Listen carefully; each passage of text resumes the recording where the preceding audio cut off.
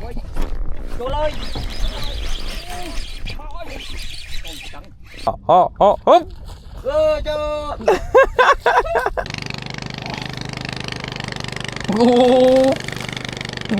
Ô, đòn chân nha ôn à, spot này.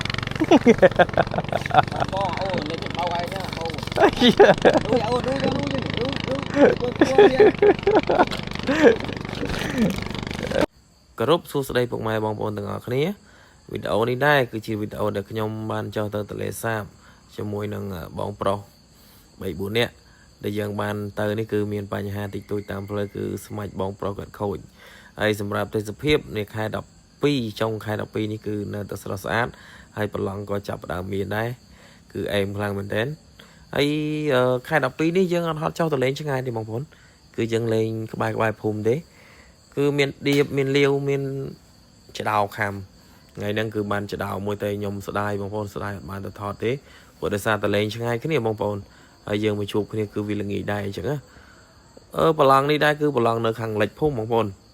យើងលេងនឹងអែបកផ្លោកក្បែរភូមិហើយវាមានជាមួយនឹងចប្លងផងជាមួយនឹងពាក់ទឹកផងហើយខ្ញុំទៅជើងនេះគឺអត់មានចដោខំទេបងប្អូនគឺបានតែដែលអ្នកថៃឌៀបយើងណាបងប្អូនមានឌៀបខ្ញុំខាំបានឌៀបចំនួន6 7ក្បាលដែរ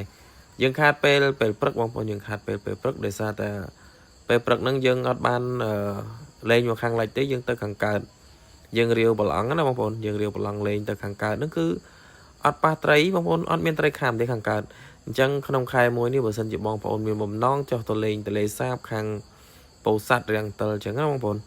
អញ្ចឹងគួរតែកុំទៅខាងកើតតែបើសិនជាទៅកោះក្អែកក៏អីអាហ្នឹងបងប្អូនអាចទៅបានតែសម្រាប់ខ្ញុំទៅនេះគឺទៅខាងកើតអត់បានត្រីទេគឺបានមកខាងលិចបងប្អូននេះបងឈឿនវត្តមួយបងប្អូនអើយខ្ញុំស្មានតែជាប់ស្មៅមិនជាប់ស្មៅបងប្អូនអើយត្រីកប់ជាមួយសារាយជាមួយស្មៅហើយមកដល់ពេលថ្ងៃត្រង់នេះបងប្អូនអើយយើងមានអីទេព្រោះដោយសារអីពេលព្រឹកហ្នឹងគឺយើងបបកត្រីអត់បានអញ្ចឹងមកកណាត់ថ្ងៃពេលព្រឹកហ្នឹងគឺអត់បានត្រីទេអញ្ចឹងយើងមានតែត្រីខនេះបងលេមអ្នកយកត្រីខទៅអរគុណបងប្រុសហើយដែលបានយកត្រីខទៅកុំអីគឺអត់បានបាយទេចេះបងប្រុសក៏ទិញត្រីខទៅហើយបងពើក៏ទិញថៃប្រឡាក់ទៅស្រាញ់បងប្អូនណាទៅត្រីប្រឡាក់របស់យើងគឺ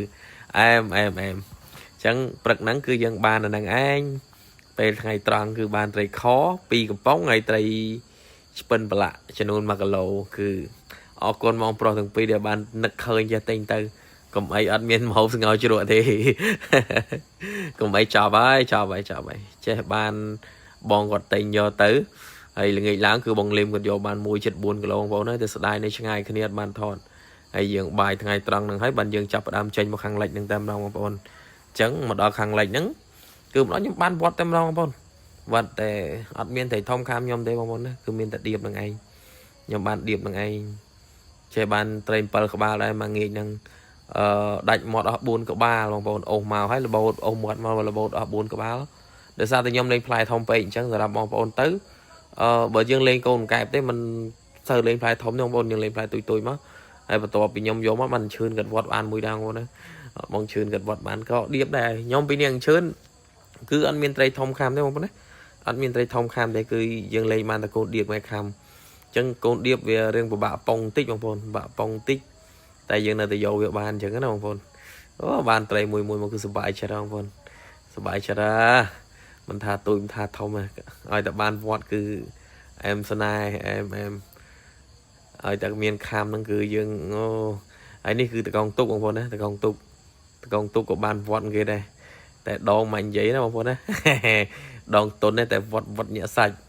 វត្តសំងហោះដងតុនណាតកងទុកនេះក៏ចូលចិត្តលេងដែរបងប្អូនឥឡូវចេះលេងហើយ